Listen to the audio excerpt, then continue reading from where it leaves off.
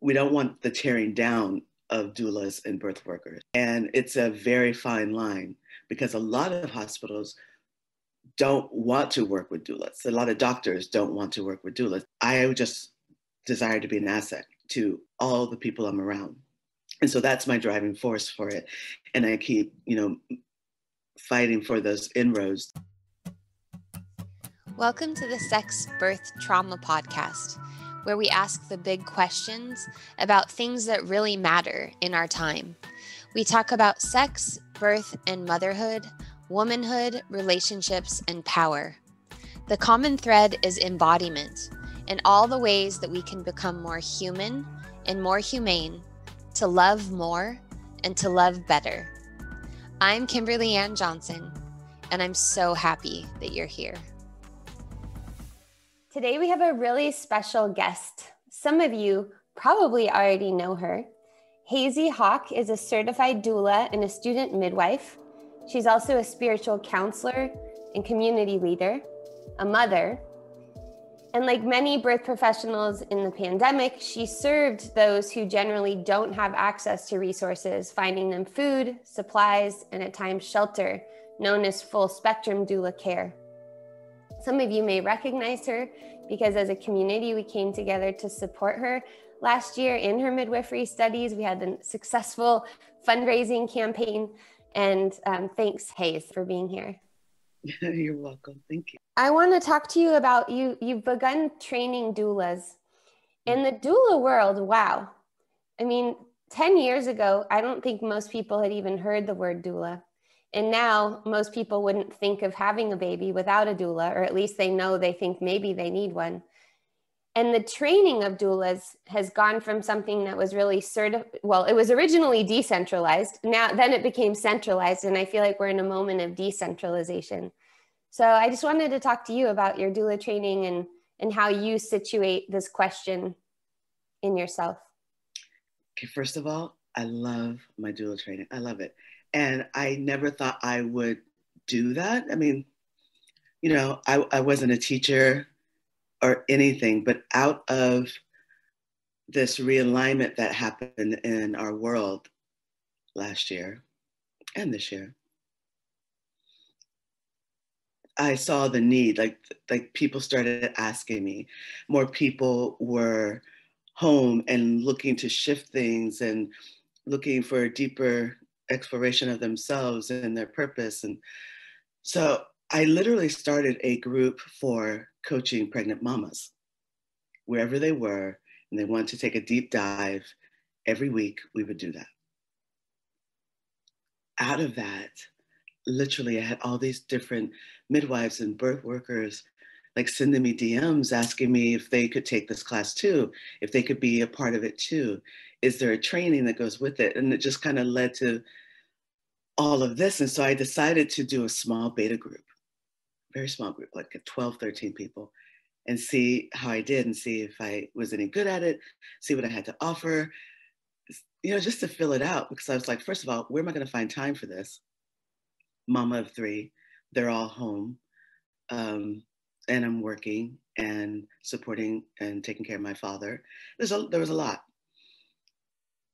And I just asked Spirit to guide me and to, just kind of show me what was possible. And I just kept walking towards it.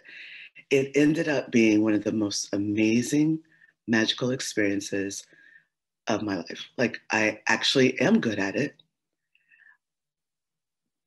I'm more of an oral tradition, because that's really how culturally my people do it. It's like an oral tradition. The thing about doula training right now that I discovered, because at first I thought to myself, well, who am I to teach? What do I need to be able to teach? How am I going to create this? And what is this certification process? And the reason why the certification process came into play is because during this pandemic, something that was not governed or organized in that kind of way in regards to the hospitals, all of a sudden people needed certification to get into the hospital. They couldn't just go on proof of word or that the client had a contract or anything like that. They wanted to see certification. And now I'm kind of in between on that. I did create certification for my doula training, my training, but do I believe in certification for everything? No, because I do know the value of the oral tradition, and that is something that has kind of spanned culturally through the African American community, from granny midwives who were also the main community healers, doctors slash doctor, because they had to take care of their own. Like especially where I'm from in Alabama, the Black community had Black doctors, Black lawyers. Like you just didn't go outside of that. And as long as you knew what you were doing, it wasn't always a piece of paper following you. So I'm kind of in between on that, you know. What was the process like for you creating a certificate for your program? Well, what I did was I studied all the big, like the ones that I did in the 90s aren't even around anymore, right? So there's that piece. And so the doula trainings you did. The doula trainings I did are not around. They don't exist. Interesting. I tried to look them up. They're not, I have no idea. Okay. Yeah. So I looked at DONA and I looked at Doula Trainings International, and I looked, just kind of looked at different programs, Full Spectrum, the one that Kindred Space LA does. I just kind of studied and took a deep dive into them and realized that there's no governing office over the certification process, or who can certify and who cannot. So I thought, so I'm just making an intention, stating a claim, and realizing a dream, and that's it. That's what I have to do. So I gave it a structure, created a curriculum, put out the requisites, and then I, created what that certificate would look like and what the process would be. So that's literally all I've done. That's a lot, though.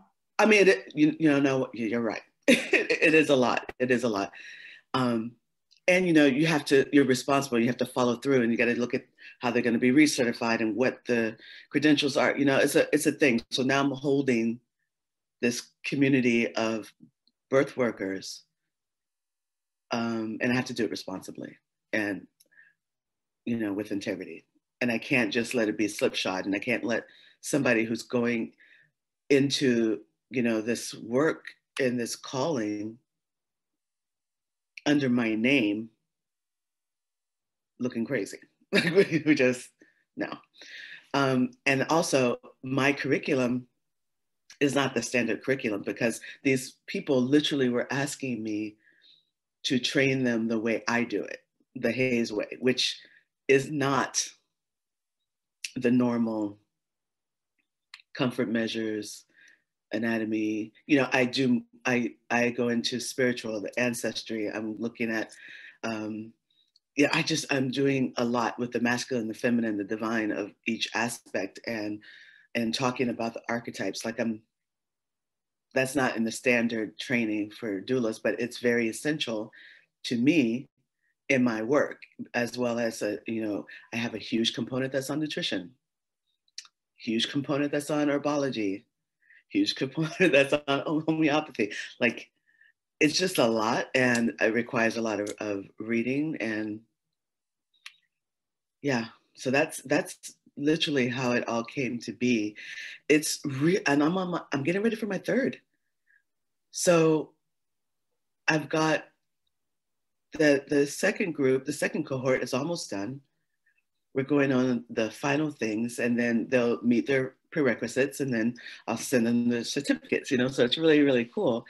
But we're also building community, and they're learning how to hold space for each other, which is also creating them an understanding of what it is to create space for birthing families, create space for a chest feeding person who's struggling in postpartum. There's a lot to it. So what they did not realize, and I find this very interesting.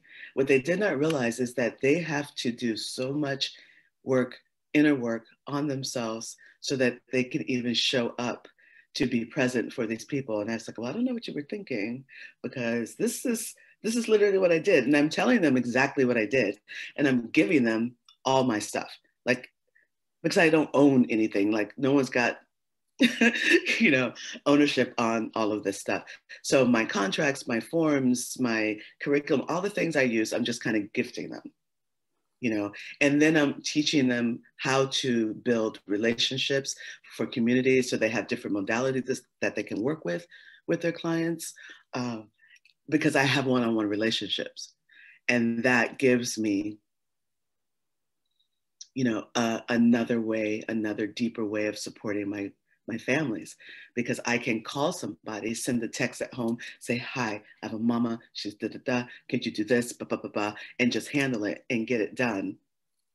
That is building relationships and nurturing those in the community. Also, having them understand the importance of the support of birth workers. You do not, or I do not, trash other birth workers. I am not getting all political about things. I want to help birthing families have babies. And I want them to do it safely and to have it be a transformational event. I don't have time for all that other stuff. So in my training, there's no crosstalk, there's expression of views and different ideas, but there is a way to nurture that and have it still be respected, even though there are differing opinions in the space. But we do not trash unless there's somebody who's extremely out of integrity. Then yeah, we need to know that, so that we can keep the community safe. A quick break from my conversation with Haize to let you know about an upcoming free experience June 2nd at 11 a.m. Pacific.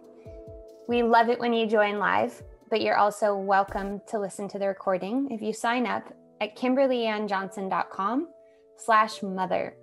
This is a mother respite.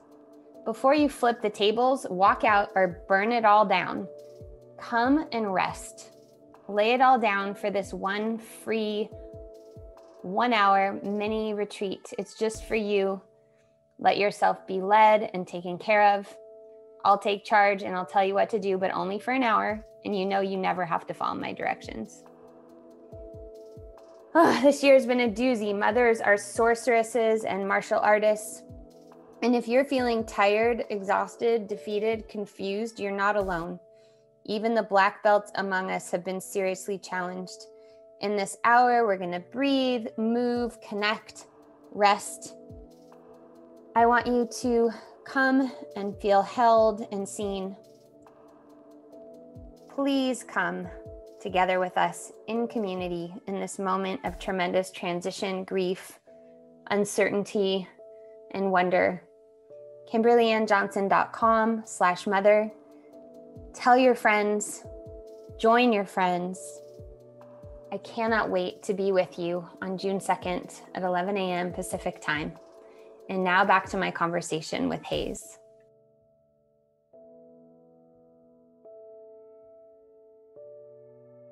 We don't want the tearing down of doulas and birth workers at all.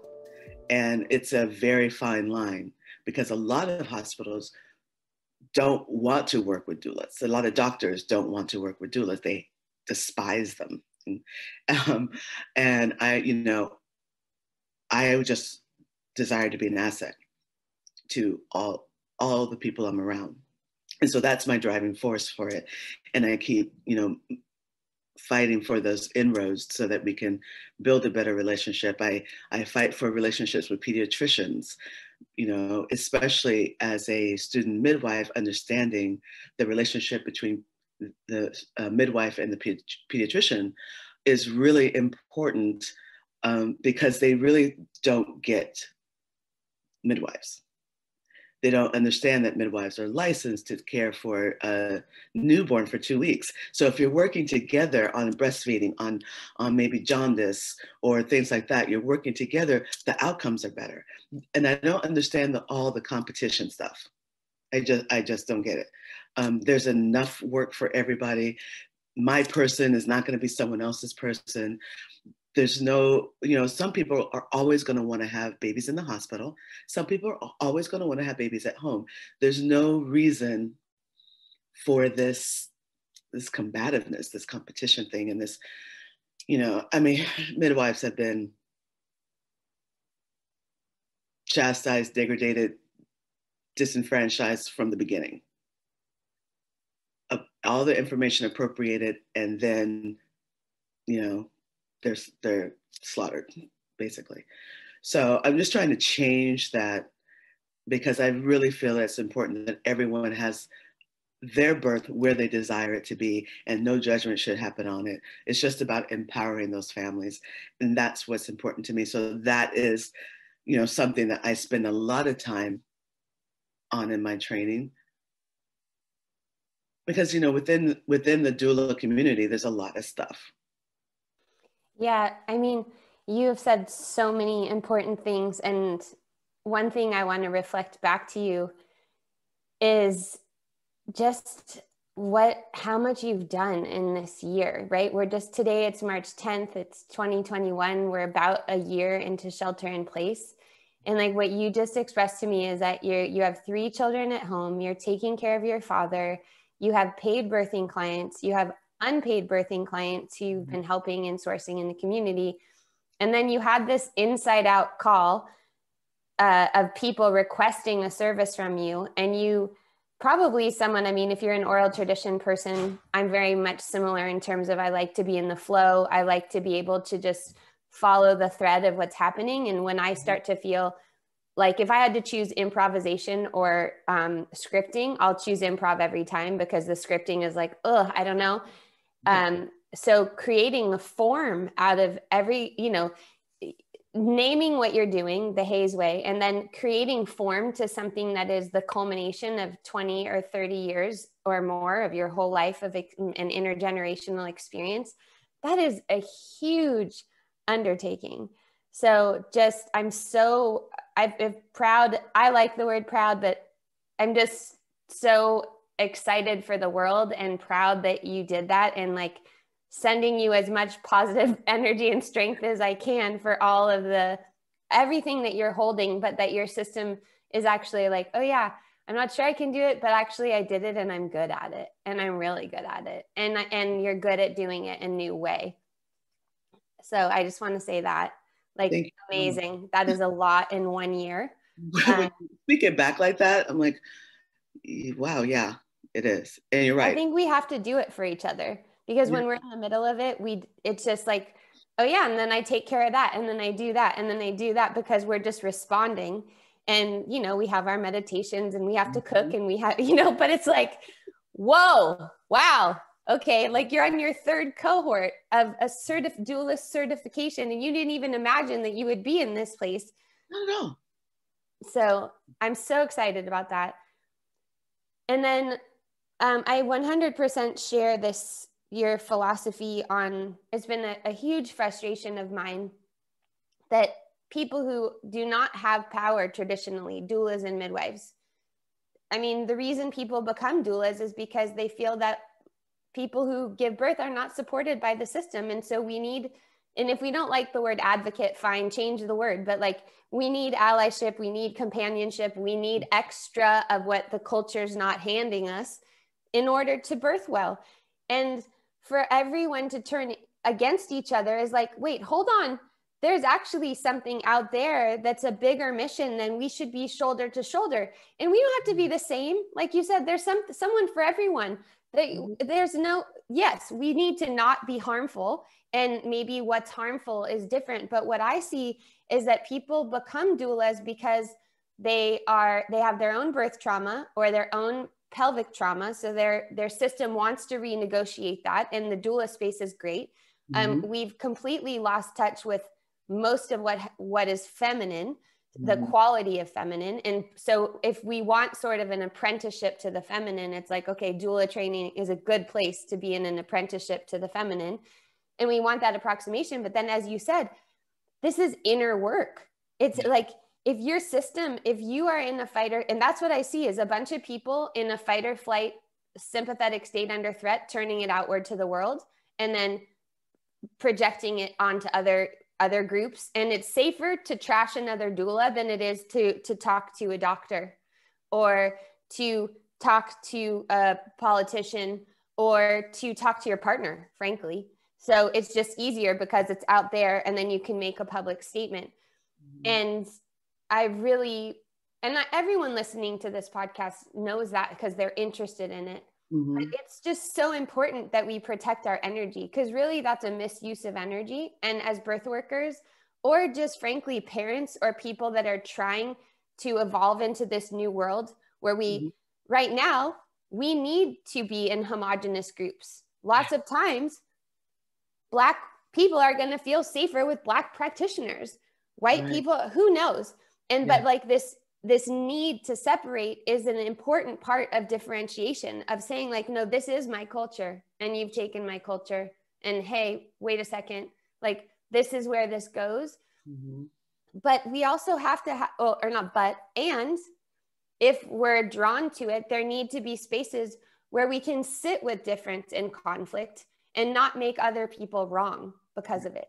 Exactly. And that's what I hear is happening in your training. And I don't think people realize, like, what you're talking about is the same with me. And I'm not even doing birth work right now, but people call me, of course, right? Because you become a community resource. So people are like, oh my God, my friend, her vagina, this is happening. What should I do? And it's like, it's just a few texts away of like, text the midwife. Hey, this is what's happening. What do you think about this? Hey, I'm trying this. Text the sobadora. And specifically white overculture, that's not what we're trained to do. We're trained to ask experts. That's that whole power over thing. And what you're offering is like a power with. Awaken your own power so that you have more power than you even know. And then you can turn and when we start shifting those power structures just through who we are and our behavior. Exactly. Just through who we are. Because that's how I've done it. Like the everything I've done has been organically done, from my career, my training, everything. Like I pieced it all together.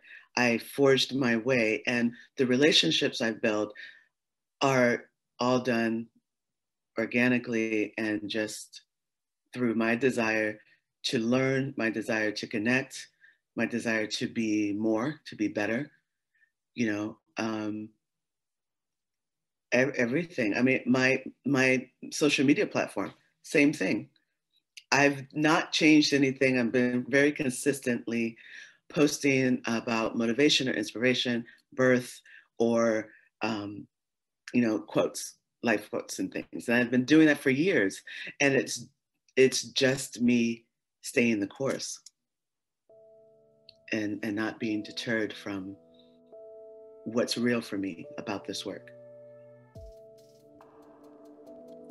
Quick break from my conversation with Haize to let you know about a very exciting project that's come to fruition. Joanna Johnson is an incredible single mother and artist. She took Mother Circle, she took Jaguar, and she made beautiful art. Together, we made the 4th Trimester Journal, which is coming out June 29th. You can pre-order your copy now. And in honor of the release of the 4th Trimester Journal, which is really just a motherhood journal, I'll be teaching Mother Circle starting in June. Mother Circle is what we all look forward to. It's like a warm bath, a group hug, the swaddling that we all need. We're starting June 8th. You can go to kimberlyannjohnson.com/Mother Circle to get on the waiting list. We'll meet twice a week, Tuesdays and Thursdays, for the month of June until July 1st. I can't wait. It's one of my favorite things that we do. In this last round of Jaguar, a lot of the individual session work was really about supporting mothers in their full range of feelings about how much has been asked of us during this pandemic, pulling from reserves that we maybe didn't have. And so this course is meant to be an antidote to all that pressure, space and time for yourself, to be with yourself in a circle of other mothers. I can't wait. Please join us, kimberlyannjohnson.com/Mother Circle. And now back to my conversation with Haize. Something that I've noticed is that, you know, right now I live in San Diego, and before I was living in Brooklyn. Mm-hmm. And the pandemic experience in those two places is radically different. And even in December, I went to LA to record my book on audio, and LA felt way more like New York did than San Diego has in the pandemic. And so I think that people don't quite understand like what has changed for pregnant people and people giving birth in this last year. And I'm just wondering if there's anything that you want to share about that, about what it's been like to be a provider during this time and what you've noticed with the people that you're serving. Yeah, that's very interesting. What I have noticed is that, you know, they're so isolated. Birth is done in community. And the constant story around my clients is that there is no community. They're not with their families, they're really isolated. What I'm seeing out of that is that there's more anxiety, that there's more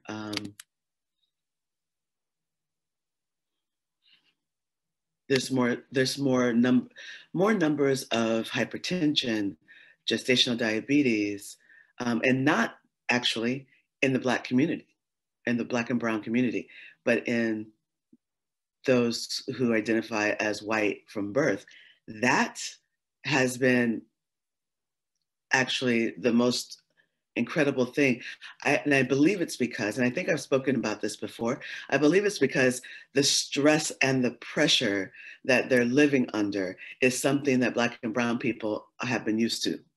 So they're not presenting anything differently.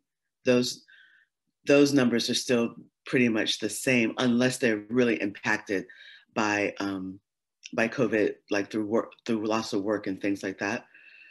Then that might be a little bit more. But what I'm seeing is that it's more of my non-Black and Brown clients where they're having more incidents in their pregnancy that need to be addressed. And it's basically, like I said, you know, my clients, I'm not for everyone because I go deep.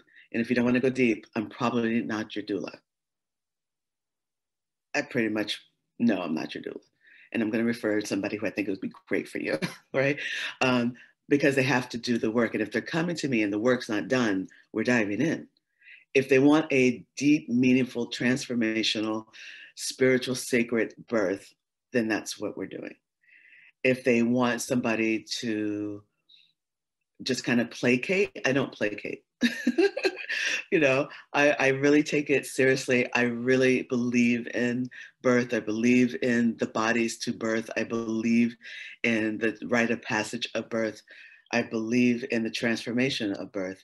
And that's what I'm looking at. That's what is meaningful to me. I believe in keeping families together, relationships deepening, instead of, you know, that first year after birth, we hear people split up, things fall apart.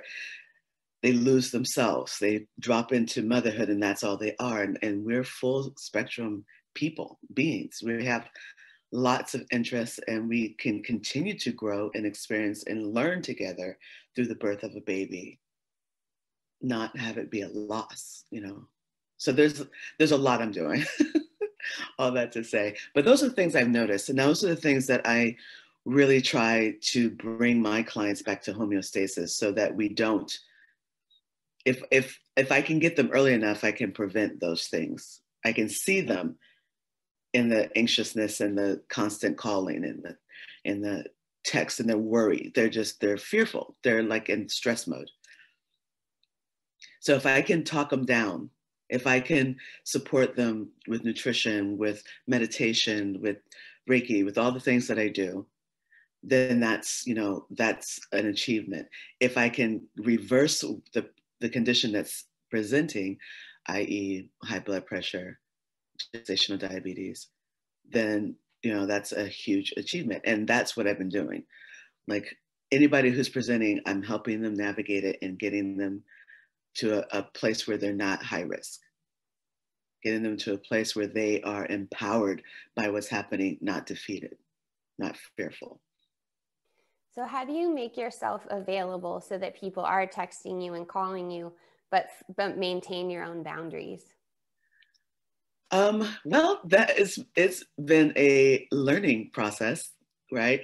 I didn't used to worry about it before because I didn't have a website. I still don't have a website. It's hard to get to me. You can DM me, but I didn't even know how to do that until this year. Like I didn't know how to access it. I didn't know that there was a request box. I didn't know anything because I'm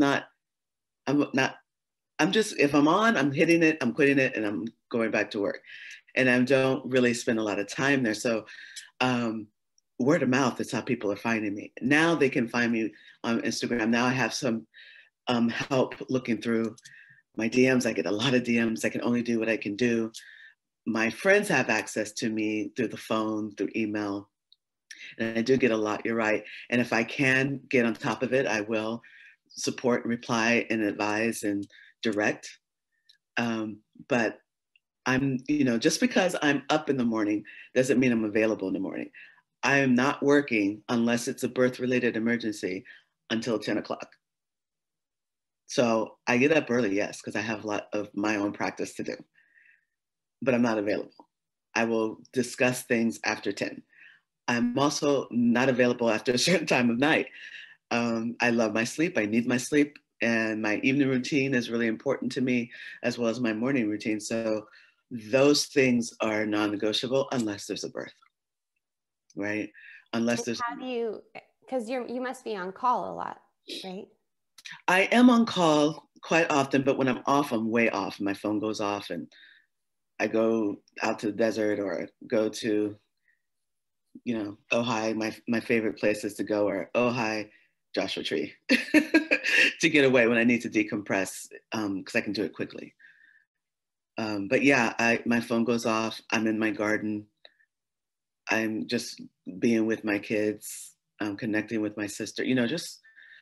I have a huge, huge community that I can drop into and rely on for support and nourishment when my soul feels, a little barren. I get food and love and acceptance and understanding in place where people aren't asking me questions. That's great. Yes. Yeah. I know you know how that feels. Mm-hmm. Yeah. So when I'm taking time to fill up my well so that I can hold space for community the way I'm doing, I know that that's me giving back too. Like that's all a part of it. If I just give and give and give until I have nothing, until I'm angry, until I'm discouraged, until I'm, that's just this, what good am I? What service have I been really if I'm depleted and if it's at the cost of my joy and my love, my happiness? I want it to be a beautiful reciprocity. And that's what it's doing. Like the more I give, the more I'm receiving. The more I'm giving from an authentic, true place, a heart-led place, which you know me enough to know that love is the foundation of everything I'm doing. Everything I say, speak, do is through a heart-led space from the intelligence of the heart first, and then I feel energized and not depleted at all. I just feel loved up, joy-filled, purpose-driven.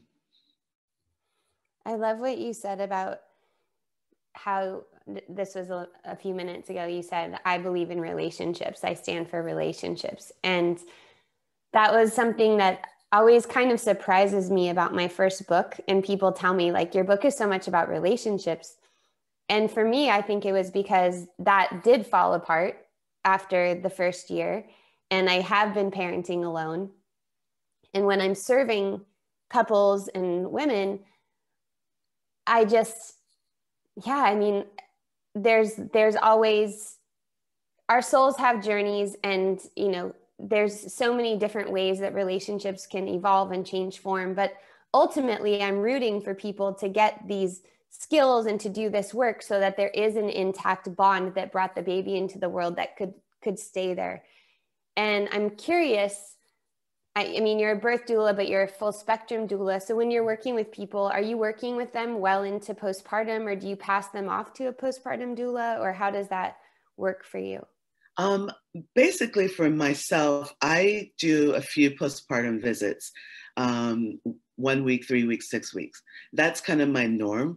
But if something's presenting that needs more attention, then I'm still there. You know, if something needs a deeper holding, then I will, you know, find a postpartum doula for them. And it's about energetically matching up the people that are going to be right for them. It's not just finding a placeholder. If there's work to do, then I want to know the energy of that person so I can connect them. I don't think people really get that, because I take recommendations so seriously. Yeah. And I think people just are like, oh, do you recommend someone? And it's like, when someone asks me for a recommendation, that is, to me, it's a responsibility. And it's like, sometimes I'm like, I don't have one for you right now. Can you, or I have to say like, well, tell me a few things about this person. Because if they're saying, oh, my girlfriend needs a recommendation, I actually have someone that's on my team. Her only job is to give recommendations. I pay her, and people are like, oh, just put a page up on your website with like recommended resources. I'm like, but you don't understand. Like, people, it's the most intimate thing that people are asking me. They're asking me for their vagina's been hurting for 5 years, or they have a birth trauma, or there's so many different things. And it's like, it's not good enough to just have a resource page. Exactly. You have to have that one-on-one connection and understanding of the frequency that those people are holding so that you can connect them with integrity anyway. I'm the same way, absolutely the same way. I take it very, very seriously. So yeah, so I work as early as they find me. You know, so some people find me at 8 weeks, some people find me at 33 weeks. You know, the work I do is so in depth. If they're finding me later, I have to kind of get what their commitment is. Why are they finding me later? What's happening? Did they have somebody before? Or did they just realize that they needed an extra layer of support? And what does that support look like? Like, so there's details to find out, you know. But when they're interviewing me, I'm interviewing them as well. I don't take everyone. Because like I said, I'm not for everyone. And I'm very clear about that. I realized about 5 years into my Rolfing practice that if I didn't like someone, I shouldn't work with them. I got burned a couple of times because in my spiritual ideal of unconditional love and I should learn to like people, I thought, oh, well, I should try to serve them. And then I realized it's just not worth it. If I don't genuinely like someone, then I just need to refer them to someone who actually would enjoy it. Because it's not going to be mutually beneficial, because they're going to somehow perceive that I don't like them. Mm-hmm. And it's very freeing, I think, to decide that we're not for everyone. Yeah, and it's the kindest thing I can do for that person and still be supporting them. I support them having the birth that they want to have and support them having the support they want, but also understanding that energetics and belief systems and emotional filtering, how that is processed, all of those things play into how a message is received or how education is received. And it's a mutual give and take. It's got to be there. And if it's energetically not there, then there's a missing, and I don't want that in this birth space. I think that's hard for new practitioners who really want clients and are in a bit of a scarcity mentality, because maybe they're just building their practice. And so there's kind of this, I'll just take anything kind of thing because I need experience. And so I think as we progress with opportunities, then that becomes easier. But the thing is, we have to practice it from the beginning. Right. I mean, I went through a lot, and I didn't have a coach. That's why I started doing this training. And because I'm actually a really good doula coach. So the people who want to do the business of doula as well as honor their calling, I'm really good at speaking these things out to them. I don't know how. I guess it's just because of my process. I learned all of this the hard way, all of it the hard way. And now I just, want to make it like something that should be brought in the training so everybody gets it, because it's an important piece. As much as the business of being a doula is, the business of relationships, of space holding, of because it's all energy. You know what it's like in a room as life is coming through that sacred portal. It's so much energy going on, and you're tapped into it. And if somebody is not being authentic, or something is not being processed, you can feel it, and it just makes for a disaster. I'm not into it anymore.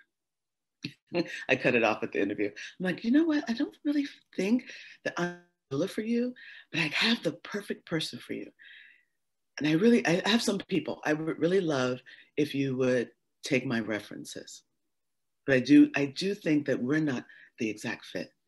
But I'm holding you and blessing you on your journey in your space, just telling the truth. Yeah. That language is really helpful because we're not really trained. I mean, just as humans, unless our family was really good at it, we're not really trained in communication or in conflict specifically. Mm-hmm. And especially when it's something so sensitive as someone that's, trusting you with this vulnerable moment, we need to have grace, and we need to have almost like for me anyway, it feels almost like a pre-rehearsed script. Like I have to practice saying that a couple of times so that I can say it comfortably and not make it feel like I'm rejecting the person because it's not the right fit. Right. Yeah, that's very true. And I haven't even thought about it in that terms. I'm just being honest, but because I'm dropping into the heart space around it, it just comes out lovingly. And they do know that they can still reach out to me. So even people who I end up not having as their client, they sometimes reach out and say, hi, you have a moment for a question? Or what do you think about this? Or I'm feeling that. And I just kind of drop in real quick. But I don't have full responsibility for their whole journey. So that's easy for me. Is there anything else that you want to say about the Haize way or the training that we haven't covered, or if you had a soapbox and a megaphone that you hope that everybody knows? I just love Get Rooted the Haize way. I love the people who show up in there. It's full of magic. It's full of spirit. It's done in the oral tradition. Yes, we get into the basics, anatomy, physiology, the education of, childbirth, all of that. But I leave room for magic to happen as well. Because, and I think you referenced this earlier, the need for birth workers and doulas and midwives, and the need for an understanding of the energy around it. It's because when birth and death, speaking of full spectrum doula, right? When birth and death were taken out of the home and put in the hospital setting, what was lost was intimate relationships. What was lost was sisterhood support, because it usually was always women around a birthing mama. And so now we're trying to bring those aspects back. So I am really good at bringing a home birth into a hospital setting, because I'm bringing the magic back, the mystery back, and I'm bringing relationship back and intimacy back.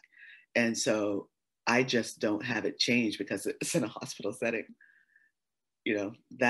And so I think that's one of the things that I love about Get Rooted the Haize way, is that we are bringing back the elements that have been missing. And it's all in one space. And it's making for some badass birth workers. They're incredible. I'm very proud of them. That's so awesome. I know a lot of people that are listening are definitely going to want to do your training. I want to do your training. I totally want to do it. I'm one of those people that actually I've gotten better. I just, I love learning. I just love learning.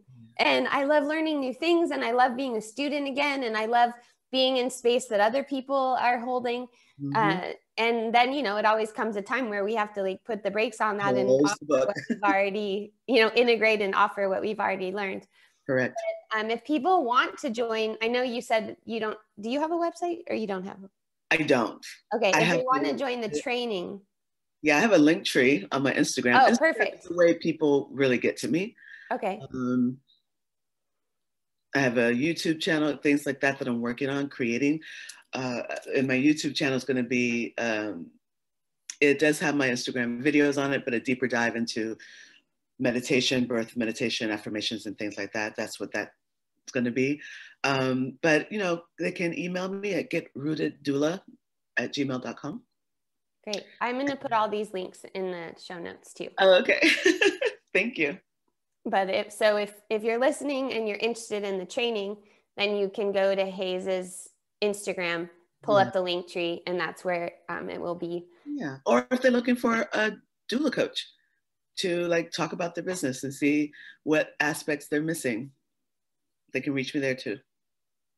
Great. Thank you so much. It was lovely connecting with you today. Likewise. Thank you so much, darling. I appreciate you. Thank you for joining me today on the Sex, Birth, Trauma podcast. The music for this podcast was created by Mikey P. at Phillips & Company Entertainment. The producer of this podcast is Jackson Kroof. If there was something here for you, please do share it with your friends, your family, your students, or anyone you think would benefit. We must build the world we want to belong to.